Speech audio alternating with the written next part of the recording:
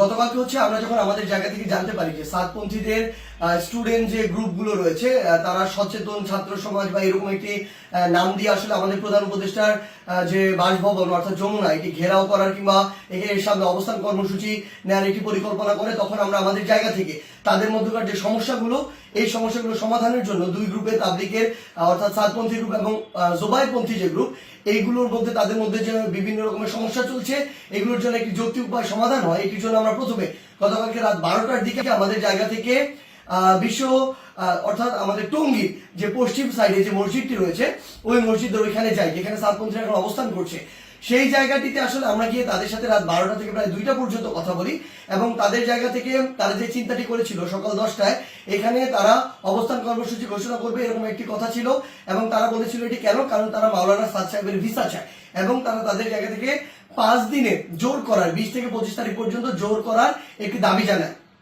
আমরা আমাদের জায়গা থেকে সেখান থেকে যে সিদ্ধান্তটি নিয়ে আসি সেটা হচ্ছে একটি সিদ্ধান্ত যে আমরা আমাদের জায়গা থেকে বলি যে প্রধানমন্ত্রী আমাদের যে হচ্ছে প্রধান উপদেষ্টার যে বাসভবন তিনি আসলে এই অভ্যুত্থানের স্পিরিটকে সামনে রেখে গণভবনে না থেকে যমুনায় থাকেন, এটি তুলনামূলক অরক্ষিত হওয়ার কারণে আমাদের যখন ইচ্ছা বসবো আর এটি আমাদের দেশে একটা অস্থিতিশীলতার চিত্র তুলে ধরবে, এটি কখনো হতে পারে না, এটি যৌক্তিক না, আমরা এটিকে সমর্থন করি না। সেই জায়গা থেকে আমরা তাদেরকে এটি অনুরোধ করি যে তারা যেন এখানে অবস্থান কর্মসূচি কিংবা ঘেরাও কর্মসূচি না করে, তারা এই অবস্থান থেকে সরে আসে। তারা তাদের জায়গা থেকে স্পষ্টভাবে দুইটি দাবি জানায়।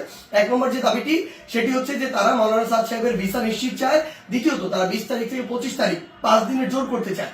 আমরা তাদের কাছে বলি যে 5 দিন করে যাবেন কিনা এই কমিটমেন্টটুকু যদি আপনাদের থাকে যে 25 তারিখ আপনাদের যখনই শেষ হয়ে যাবে তখন আপনারা চলে যাবেন, তাহলে আমরা আমাদের জায়গা থেকে এই দুইটি দাবি নিয়ে আরেকটি যে গ্রুপ রয়েছে যারা এখন কাকরাইল মসজিদে অবস্থান করছে জোবাইরপন্থী গ্রুপ এবং সেখানে হেফাজতের নেতৃবৃন্দ রয়েছেন তাদের সাথে আমরা গিয়ে কথা বলবো।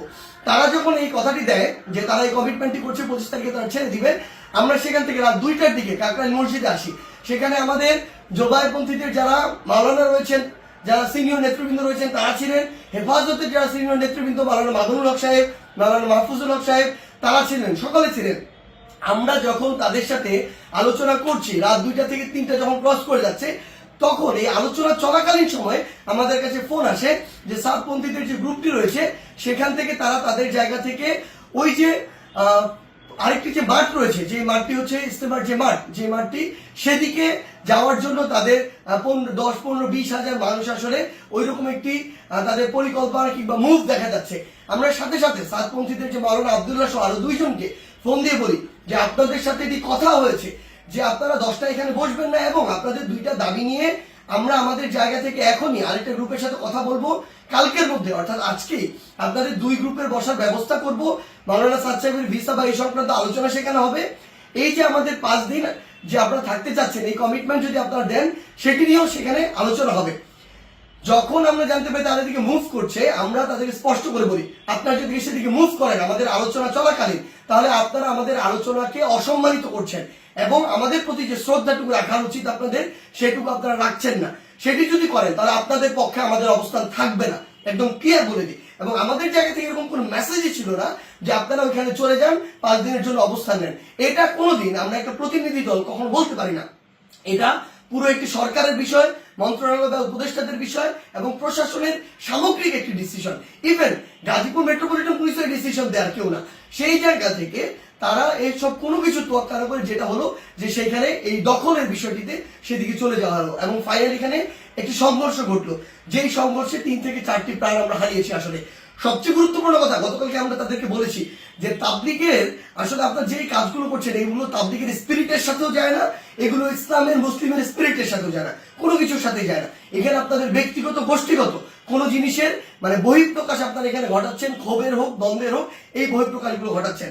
এবং সবচেয়ে গুরুত্বপূর্ণ বিষয় হচ্ছে যে এই জিনিসটি হয়েছে এখানে এটা সম্পূর্ণ অনাকাঙ্ক্ষিত এবং আমাদের মতের বাইরে গিয়ে এই বিষয়টি আসলে গতকালকে সেখানে হয়েছে এবং আমাদের আলোচনাকে শ্রদ্ধা বা সম্মানটুকু জানানো হয়নি এবং আরেক পক্ষের সাথে আলোচনা চলাকালীন সেখানে এরকম আক্রমণ এবং রক্তাক্ত ঘটনা ঘটেছে। সেই জায়গা থেকে আমরা শুধু আমাদের জায়গা থেকে একটি জিনিসই বলি, আজকে এখন 7 গ্রুপ সেখানে অবস্থান নিয়েছেন। আমি জোবাইরপন্থীদের যারা রয়েছেন আপনাদেরকে একটি বিষয় শুধু অনুরোধ করব, যেটি গতকালকে রাতে তারা ঘটিয়ে ফেলেছেন বা বিভিন্নভাবে ঘটে গিয়েছে সেই একই জিনিসের জন্য বড়ভাবে আর পুনরাবৃত্তি না হয়। কাউকে না কাউকে আসলে এই পরিচয়টুকু দিতে হবে যে আপনি যে তাবলীগ দ্বীনের প্রচার ইসলামকে ধারণ করেন, এবং এটার জন্য আমাদের এই রক্তারক্তিটি এড়াতে হবে। আমরা যেন এই মনে না করি যে এখানে জীবন দিয়ে দিব আর শহীদ হয়ে আমি জান্নাতে চলে যাব। আমরা আমাদের ক্ষুদ্র জ্ঞান থেকে মনে করি এটা শহীদ হয়ে জান্নাতে যাওয়ার কোনো জায়গা হতে পারে না, এটা কোনো উপায় হতে পারে না, বরং এটা তাবলীগের মধ্যে, ইসলামের মধ্যে, মুসলিমের মধ্যে, দেশের মধ্যে একটি বিশৃঙ্খলা সৃষ্টি করা হচ্ছে। আমরা প্রশাসনকে উদাত্ত আহ্বান জানাই আমাদের জায়গা থেকে, গতকালকে যারা এটার সাথে সংশ্লিষ্ট ছিল, জড়িত ছিল, তাদের দৃষ্টান্তমূলক শাস্তি দিতে হবে। তারা যদি ইভেন কোন একটি গ্রুপের সর্বোচ্চ নেতা হয়, তার বিরুদ্ধেও যথাযথ ব্যবস্থা নিতে হবে, আইনের আওতায় নিয়ে আসতে হবে। আদারওয়াইজ এই জিনিসটিকে যেভাবে চিত্রায়িত করা হচ্ছে সেটি কোনোদিন তাবলীগ হোক, মুসলিম হোক, ইসলাম হোক, কোনো কিছুর স্পিরিটের সাথে যায় না এবং এটি হতে পারে না।